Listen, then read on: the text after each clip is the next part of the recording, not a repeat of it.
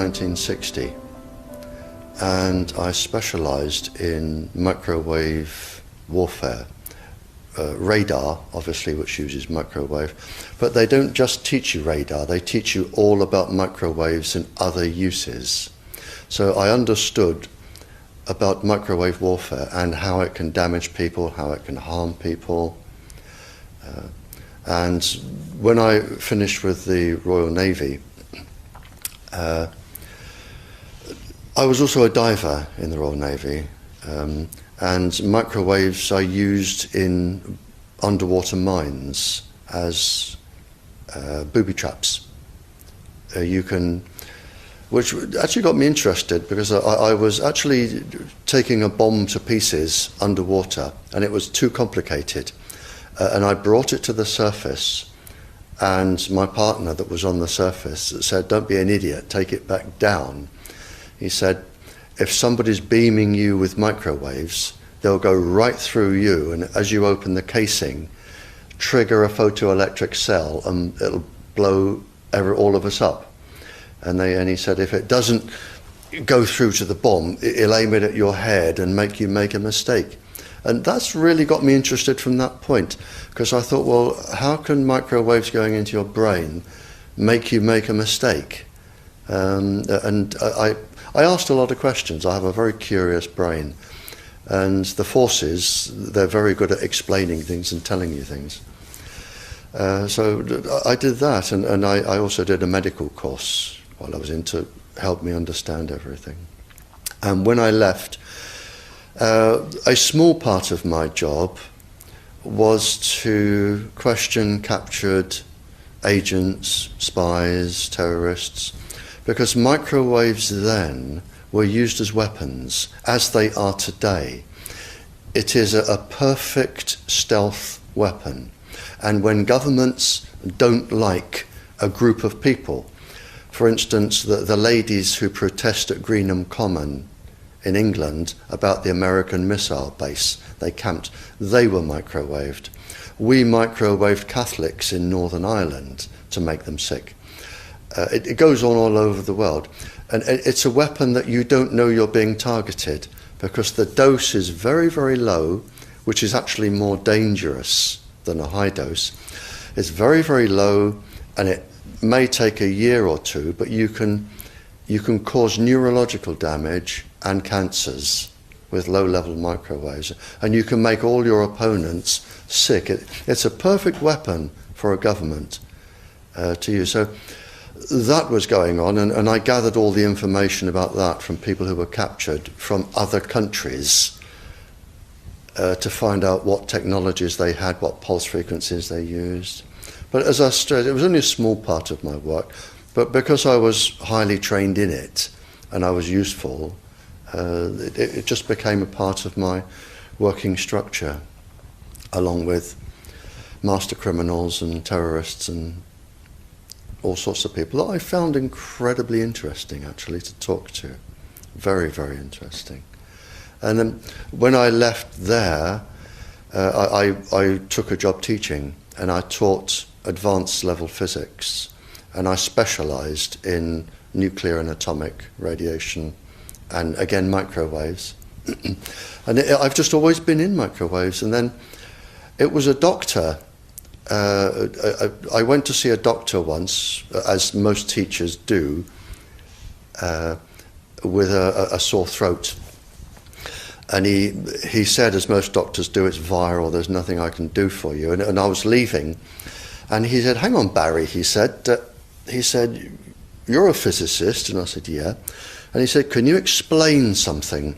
He said, I went to a house that had a cot death 5 years ago. And the family moved, and a new family moved in, they had a new baby. The cot was in exactly the same place, and there was another cot death. And he said, 5 years apart. And he said, there's a transmitter the other side of the child's bedroom wall. Could the transmitter cause the cot death? And I said, I don't know. I said, but I'll look into it.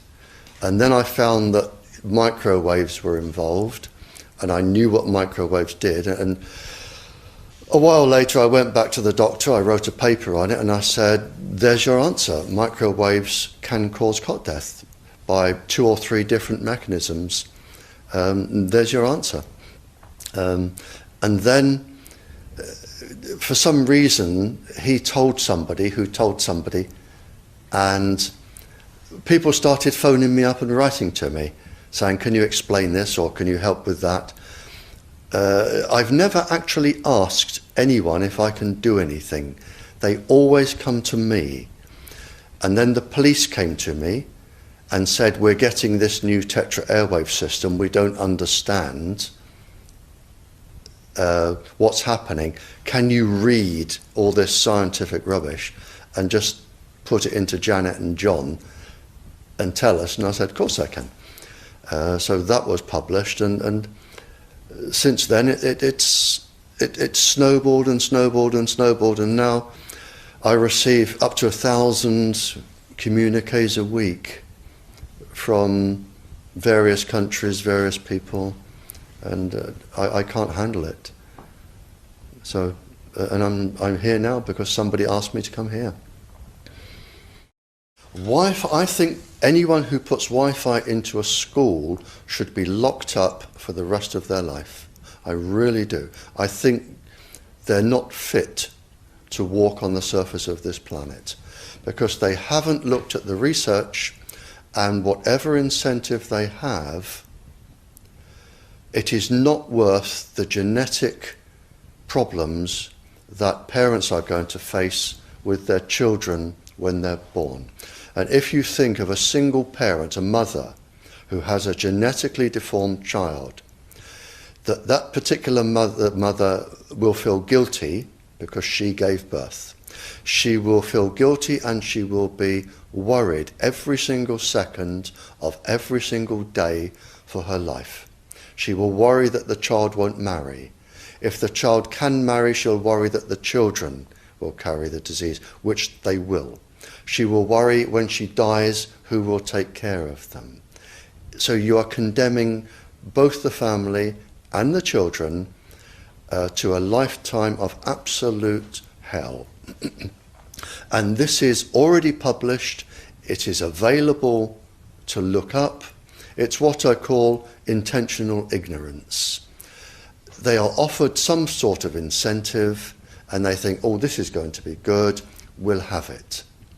Now the problem is, imagine you are a 15-year-old schoolgirl. All of the 400,000 eggs in your ovaries were with you at birth. They're not fully developed, but they're with you. They are 10 times more susceptible to radiation than all of the other DNA in the body. And scientists don't realize that. They don't read all of the papers as I do. So you have this highly susceptible genetic material which is going to make your children.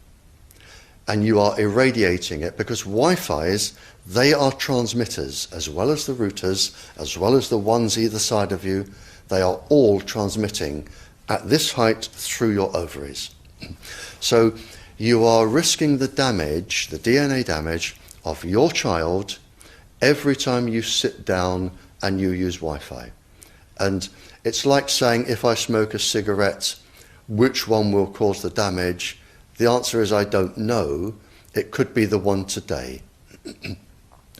So you now have a child that has a probability of being genetically damaged.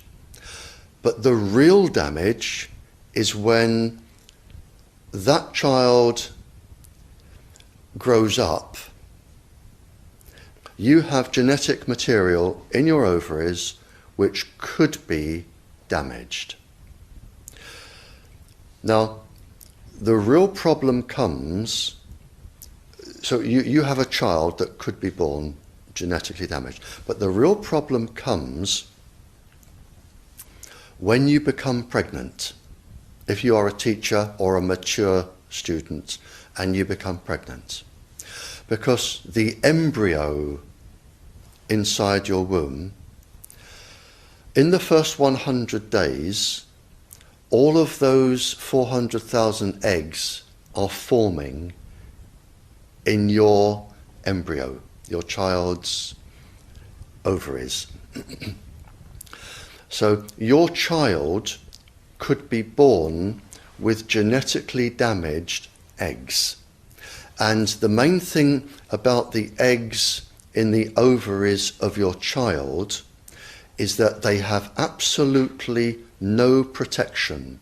It hasn't been developed yet.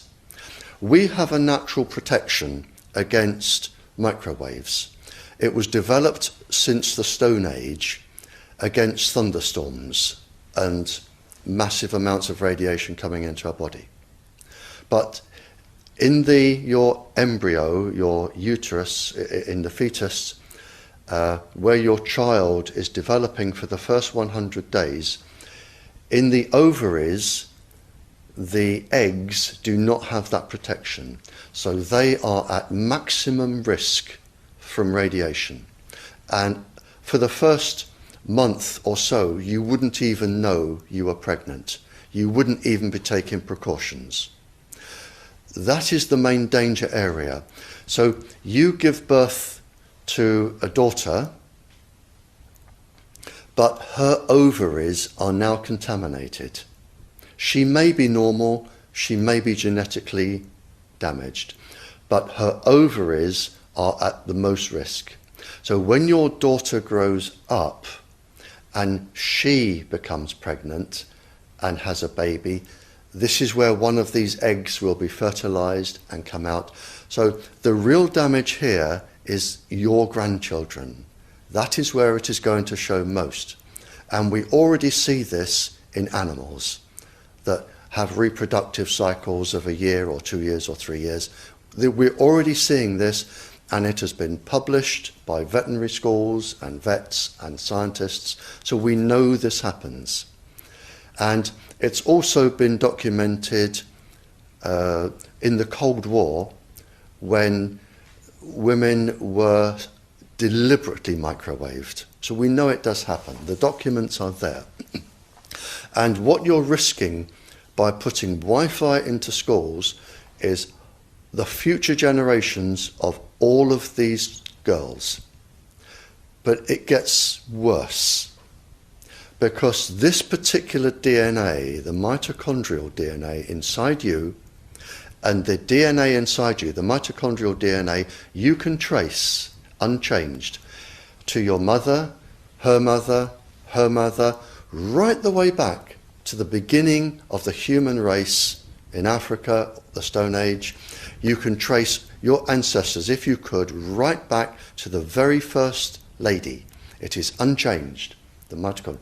And that is being unchanged in your children, which means if you damage it, your child could be genetically damaged, then her child, and her child, and her child, forever.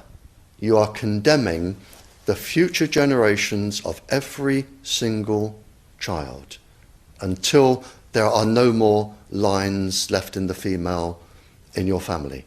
You must stop. A female must stop producing children for this to stop. So when you put Wi-Fi in schools, what you're saying is, for the sake of a little bit of money that saves getting a workman in to drill holes through the walls to feed cable, because it's cheaper, we're just going to put Wi-Fi in, but you can have genetically damaged children for the rest of your family's career. That's what we're saying.